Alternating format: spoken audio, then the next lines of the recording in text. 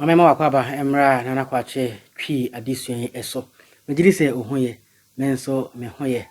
Abusuan enne nso yebetoa yadisuan no eso. Abusuan enne yadisuan no yebehwe twi nsɛmfua bi sɛnea esi ka no enne sɛnea yesi atwere no. Hyɛn nso sɛ mpempi no nipa pii ɛhaw ɛyɛ sɛnea yɛtwere twi nsɛmfua binom. Nipa pii ɛhaw ɛwɔ twi kasa mu no ene sɛnea yɛka nsɛmfua bi ene sɛnea yɛtwere no. Asɛm no sɛ wanhwɛ ne yi a na sɛnea yɛsi ka asɛm no wanhwɛ ya saa na wobɛtwere no nanso ne ka no ɛyɛ soronko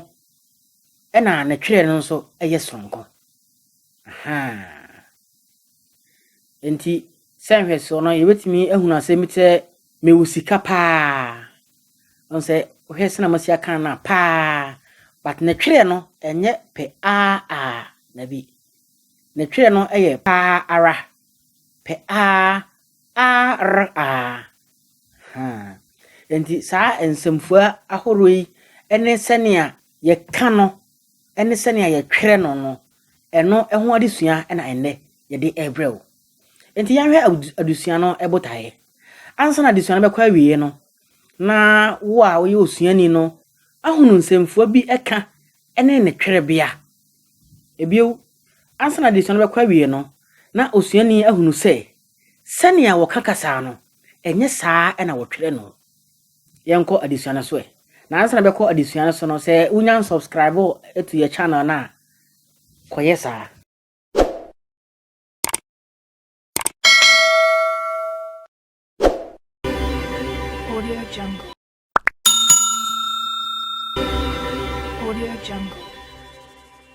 Sɛnea yɛdi kan aka no asuafo haw kɛseɛ paa ene sɛnea wɔka nsɛmfua bi ene ne twerɛbea.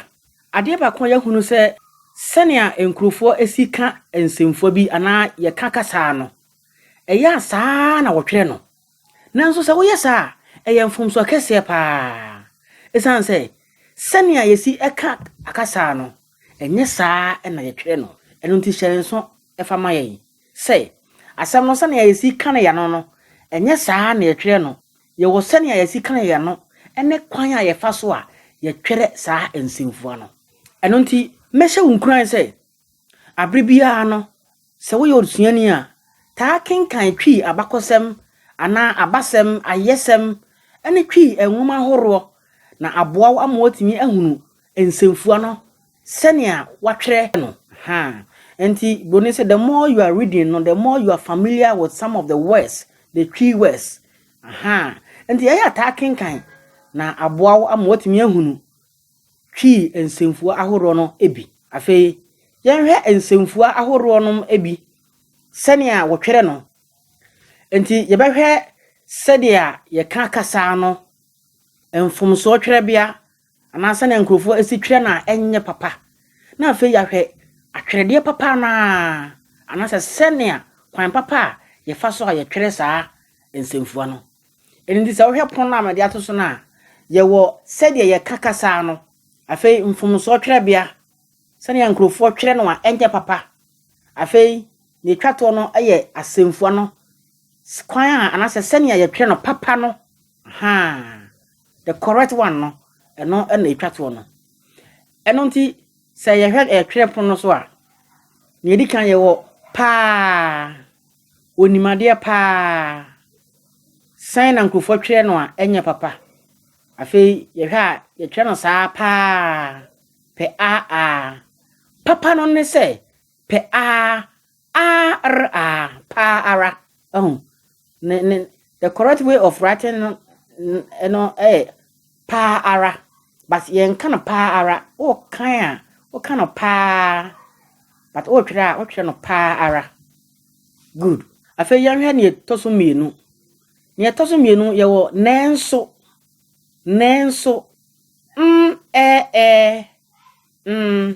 se o nenso enkrofo eta twere no nenso na se o nenso enye saa na ye twere no. Ye twere no a se o nanso. Ya toso miensa. Obia me dowo chen obia. Mfomso twerɛbea no eye o b I a papa no ene obiara o b I a r a obiara o b I a r a obiara nanso se ye kasa ye kana obia nanso na twere a eye obiara o b I a r a obiara ne toso enan eye debi pempi no ubadidi wadidi debi o mini di de be I debi saa na nkrofo atwe no de be I debi nanso kwan papa ye fa so atwe no eye dabi de a be I dabi but ye kasa ye kana debi nanso no the correct way of writing it no eye de a be I dabi afa yanhwe bibiara e woni mre bibiara e woni mre bibiara se fa asemfua eye bibiara empempi no mfomso twerɛbea no eye be I a be bibia nanso papa no eye bribiara e woni bre enti eye papa no eye be I a r a bibiara mo afeyenhwe ground efom hwefom se ne akwana ayo kano efom mpempi ye nkrofo eta atwere no fe o efom nanso enye saa ene atwere no se ne atwere no eye efam fe a efam nanso ye kan no efom mo eno ene wo ho no afei na edi ho a ye kan ho asem no eye nko a medo nko a the wrong way ana kwan ankofo twa na enye papa eye nke o a nko a nanso the correct way kwan papa ye fa so twa no eye nko ara nke o r a nko ara sa ene twa no ndi e ka no nko a but the twa no nko ara no anagu screen so no afei asemfo bi say yani our eyes my eyes yani atutu aka yensam me say asem kesi ato yen ya disappointed the wrong way ana kwan ya fa so twa na enye papa eye yani ye I yani nanso ye twa no yen ani wo twa no yen ani correct way no eno no yen ani ye na watintamu I yen ani very good afei weigh this weighty maybe I can weigh ye twa so asa na twa no we weigh nanso say ye twa ye twa no weigh ye twa no ye ntia but ye can weigh but o try ye mo ye toa so afei ye wo baby de hye timi kodana baby akwa baby se na ye kan no saa na etwe no nso ye saa mfumso baby be be I baby saa na ye kan ye twe no enye papa no ne another correct way of writing it no baby be be I baby sinka ye kan be kan baby de hye na so ye kan baby na ayede but o try be be I Edamase. Ape yewo asemfo bi ti se ede ana me didi. Ede ana me didi. Ede ana me didi. Nti ede no sen na nkufo twe no enye papa. The wrong way. Eye de ede. Ana fe me didi nso ye twe no the e me didi, which is wrong. Correct way no eye de de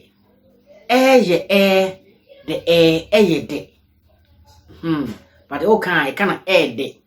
I feel me didi nso wo twe na the correct way no eye mere didi the e mere didi. Sa na twe no correct way of writing it. But ye can me didi. O can boom. So no can faso me didi. But so what try no me didi. Sansem wo nyina yesua nyina no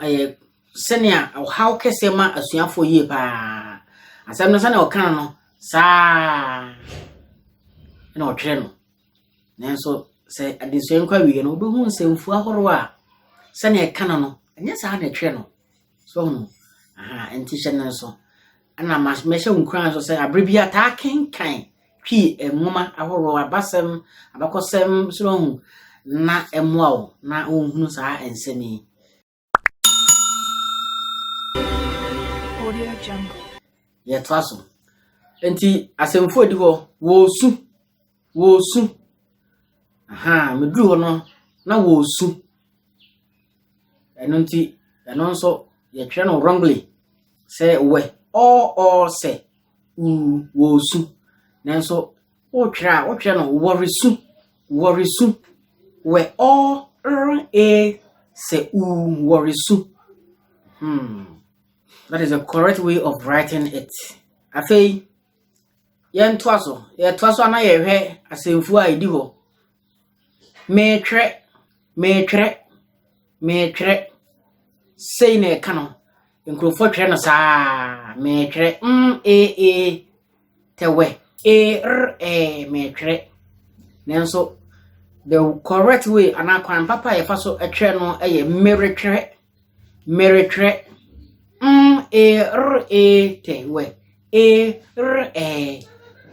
mere twe ye ameko ama is going ameko. Go bre yanam se sa na kan ameko but ameko dey na odi ja ne kwan ameko nkofo twe no enye correct wrongly mo twe no ke o ameko wrong correct no ama reko ama re ke o ama reko mo afei ye ji ani edo so nkrofo twe no sa o kana sa na watwe no sa ye ji ani je je i ye ji ani na watwe no sa ko nanso enya sa na twe no sei na twe no ye twe no ye reji jen ani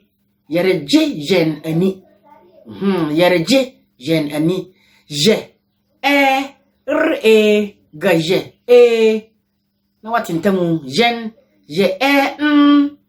na watintamu i yereje jen ani mo afeyo asemfo bi se obi a nka wo behwe ne maame na wafiri mi obi a but kana obi a o be obi a sana nkofo twe no but enye sa obi a o be na watintamu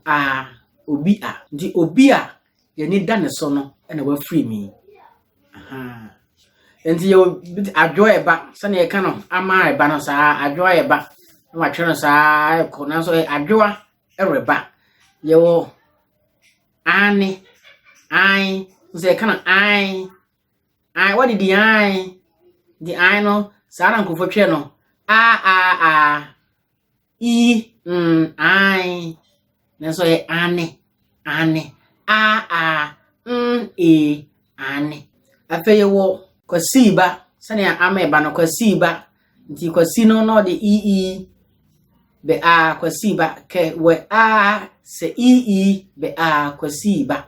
but kwasi reba aha nti hia eno bia otintamu edin no ne reba no but ye o kasa na uyi no efiri ho na aye kwasi ba aha o kafa so ebio ye wo asemfo bi ti se ye dware sane ankrofo atwe no wrongly as ye dware je de we ye dware nanso the correct way no ye redware ye de we ye redware afi ye wo efri se and also enkrofo sane enkrofo kana no saa na wotwe no enfonso no efri se fe se efri se papa ye twe no efri se fe na watintamu se efri se afeye wo mo de wo mo ha o wo mo wo ho ha wo mo wo ho eno sane ogofo kan no saa na wotwe no nti omo so amotwe no we wo mo nanso won we won afeye wo bema man bema ana mail bema bedide bema kofotwe no be bema nanso the correct way ana papa no barima be barima yewo adesua the kind of adesua but the bimo twe no adesua omo twe no the se adesua nanso correct way of writing it no adesua the se adesua nimeze boni aje ne adesua ho pa yi sa etie ape yo tie short and also nkrofo twe no te tie sa no mo sa na e kana nanso enye sa na twe no ye twe no tie te tie enye te tie ndi sa na ye kana no enye sa na twe no se na nso maye nti abribia no ta kenkan twi enwoma na obehu ensemfo ya horo no wahya ne nso mo ye to aso ape ye wo anase anase no so ye nkofo twebom mo twe no se which is wrong. The correct way no ye anase ye twe tintamu na watintamu se anase afe ye wo bebre and also nkrofo some ye kan yi saa na mo twere se be bebre nanso enye saa na ye twere no bebre eye be bebre ibia ni ho afe ye wo everyday de bia obaha de bia medidi saa na ye kan no la kan mana paso enti nkrofo atwere no saa the the be nanso enya saa na twe no o twa no da biara nti da the na watintamu be da biara but ya kan na faso se de biara afi ye wo apem 1000 apem nanso bebre twe no apem nti pe nanso papa no apem 1000 brofkasa no afi ye wo etwa se tresam no ebam krofo eka no ye twe no te we se etwa se papa no etwa se ye twa tintamu etwa se te we se te we se Itwa say ye twere tentamu. Afe ye wo akenkan ne ntiase akenkan no so ebi mo atwere no a ke I ke e a ke I ke a akenkan nanso enye sa na etwe no papa no aye a ke e ke a akenkan ape ye wo gise eno nso mfomso no aye geje e se ye bi mu twe bom nanso papa no ye twete ntamu gise ye geje e na watentamu se gise ape ye wo bribi ana bibi something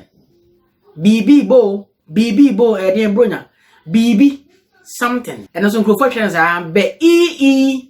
bibi nanso eye biribi sa na yetwe no be biribi mo abusia enti Twi Nsɛmfua ahoro ene sene ayeka no ene sene ayetwe no eno ena ne yesua ho ade enti kyere nso se sene a yeka asem no enye saa ena yetwe no enti sene ayeka no aye different from sene ayetwe no kyere nso afama ye megiri se ene wani age ye disua ho so wani age ho na wa me thumbs up na wa share video no e de amaye awusa aha na ye de mo besi na me ya dom na dom don ye na dafo basan atienka na kwa chini yakopon shaye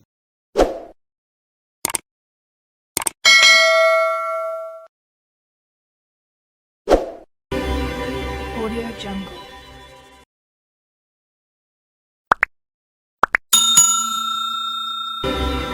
Audio Jungle.